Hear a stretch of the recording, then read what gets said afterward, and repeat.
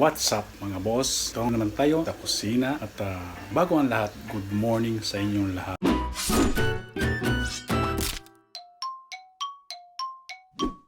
Ang ating recipe ngayon sa araw na ito mga boss ay adobong Kapampangan. Siyempre, ang adobo ay iba-iba pagluluto. Kaya ito naman ang aking lulutuin ay adobong Kapampangan na baboy. Pagkikita ko sa inyo. Ayan ang buto-buto ng baboy at pinag-mix ko na rin ang buto ng baka. Ito pala yung mga sangkap ng aking lulutuin. Bawang, sibuyas, suka, laurel, paminta, yan, at saka toyo. Kaya nga pala, bago pala natin ito gigisahin, kailangan pakukulong muna natin sa toyo. Yan. Suka. Yan. Puro tansya lang ito guys. At lalagyan ko ng dahon ng laurel, paminta, bawang, at saka sibuyas. Yan. So kailangan muna natin pakuloyin hanggang sa lumambot. Natin ngayon kung kailangan natin haluin. Buksan muna natin.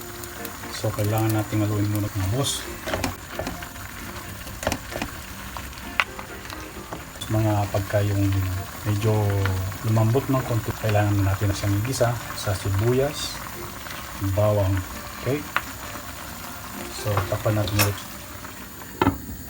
Yan. Haluin natin mga boss ang ating nilutin.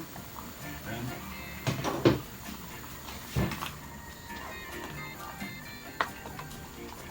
So, ayan na ang itsura ngayon. So, pagkatapos yan, pwede na natin igisa. So, mga boss, magigisa na tayo. Ito, olive oil.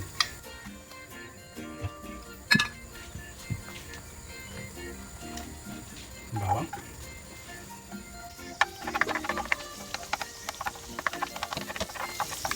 Ito yung adobong Kapampangan. Sasampot muna sa toyo, suka, paminta, bawang, sibuyas, laurel. Tapos, pagka medyo lumambot na, doon natin igisa sa sibuyas at bawang. Yan mga boss. So, isunod natin ngayon ang sibuyas. Itong recipe na ito mga simple lang. Saka ito ay pangpaniba.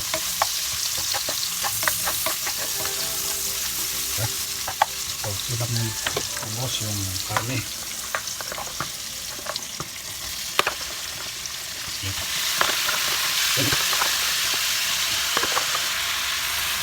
Meron siyang sa boss yung pinagkulong ng kanina, pero ito mamaya natin ilalagay. Ito natin. Ang bango.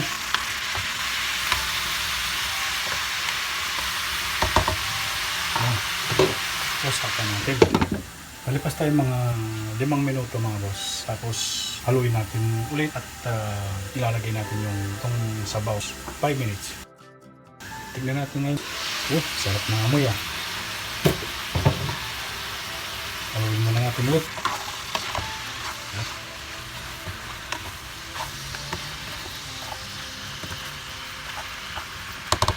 So, lagyan natin itong sabaw niya.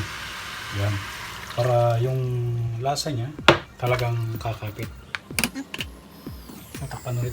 Tara 5 minutes ulit. Titignan natin ulit. Okay mga boss, tignan natin ngayon ang ating minuto. Ayan. Kung makikita konti lang ang sabaw, pwede nyo lagyan ng konting tubig.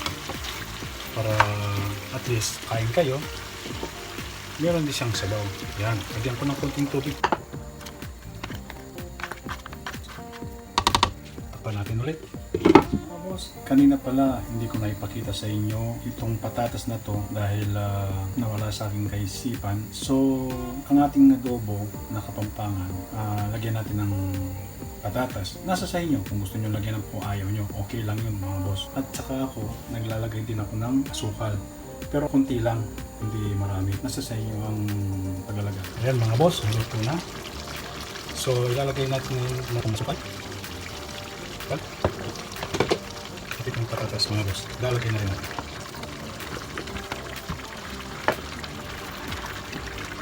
Yan. Yun o. Tapos mga boss, tapan natin. Yan. So, luto na yung patatas. Pwede na nating ilagay sa lalagyan at pwede din na tayong kumain. Okay? Maghintay lang tayong mga 5 minutes. Luto na yung patatas. Guys, tignan natin ngayon ang ating luto kung okay na. Okay, pwede na to. Pwede na tayong maghain at kumain na tayo. Tara na, kain na tayo. Ang finish product natin na adobong Kapampangan at tayo nang kumain. Ito ang aking kanin. Kaya kulay green ang kanin na yan dahil nilagyan ko siya ng malunggay na powder. Kasi di ba maganda sa katawan. Kumakain ako. Lagi kong nahaluan ng malunggay powder. Sa mga tulad sa ito, gumawa din ako ng salad na kamatis, labanos, tsaka itlog na maalat. Yan, ang aking salad. Okay, let's eat guys. Tignan natin ang ating niluto.